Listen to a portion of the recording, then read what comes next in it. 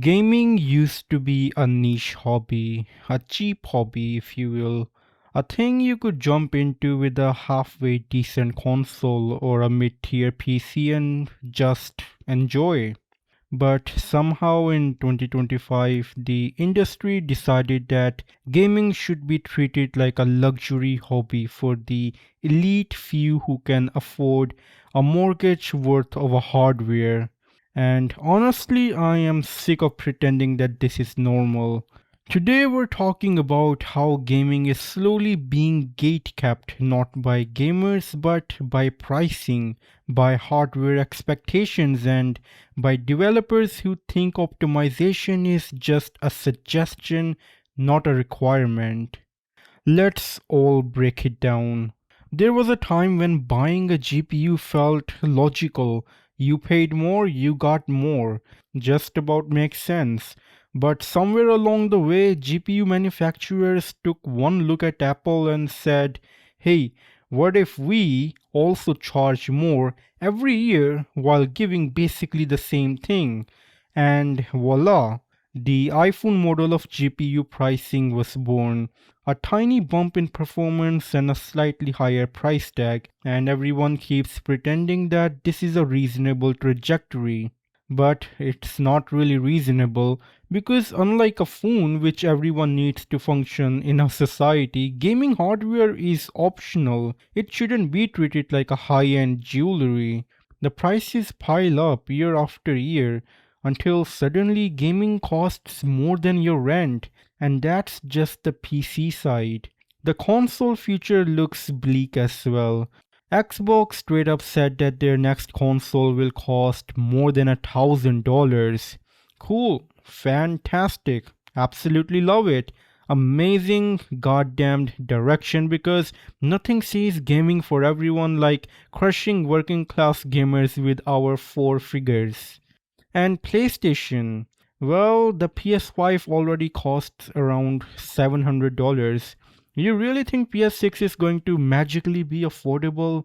Be serious, it will probably land somewhere between $800 to $1,000. I can't prove that yet, but the trend is too obvious to ignore. Consoles were supposed to be cheaper, accessible alternatives for casual gamers. Now they're slowly turning into PC light systems with PC level price creep. So yeah, gaming is sliding closer to an expensive niche again, except this time it's being dragged there by corporations who want every single drop of money squeezed out of you. It'd be one thing if games actually ran well for all those insane hardware demands, but no.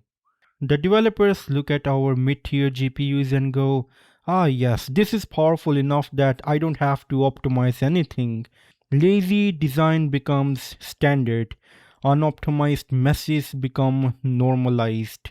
And then the burden falls on your hardware to cover for their shortcuts. You want an example? Game file sizes. 170 gigabytes of games have become the new normal now, and for what? 4K textures that you will never see. Even peoples with 5090s end up using upscaling in almost every modern title, which means you're not even playing at the native 4K, you're playing 1440p pretending to be 4K. Those massive textures, just digital clutter eating your SSD like a goddamned parasite. And this brings me to the biggest problem of all. Ray tracing became the new artistic baseline. Ray tracing is a great tech, I admit, but forcing it into every goddamn game when most people can't even run it, that's absolutely insane.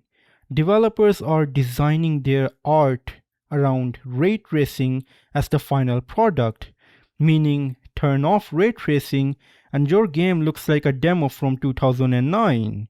A perfect example of this is Silent Hill F. People posted comparisons online. Without ray tracing, the game looks bright, flat, and just basically wrong in every way. Like someone slapped a ring light into a horror game and called it a day. And when you turn ray tracing on, suddenly it's atmospheric, creepy, exactly what it's supposed to be.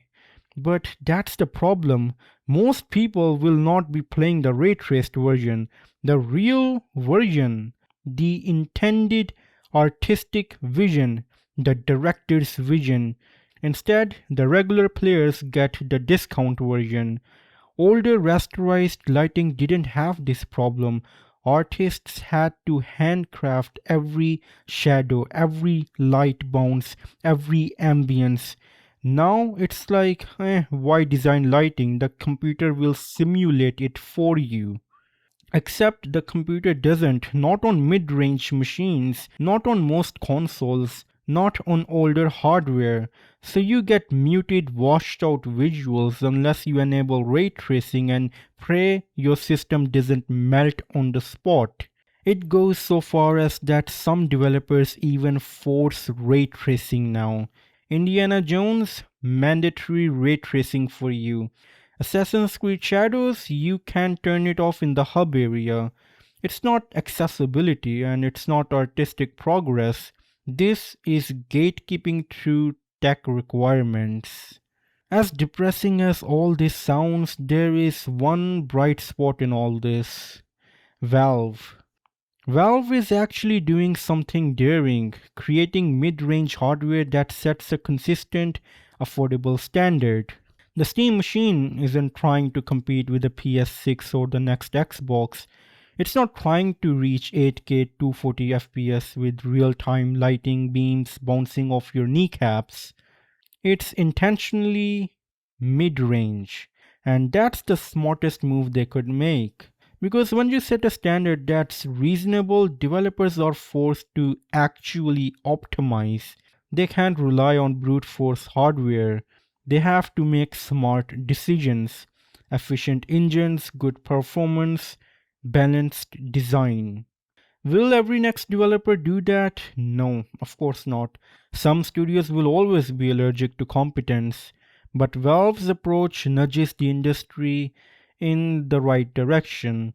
A future where gaming is more accessible, less expensive, not dictated by insane hardware demands, not held hostage by unoptimized 200 gigabyte monstrosities.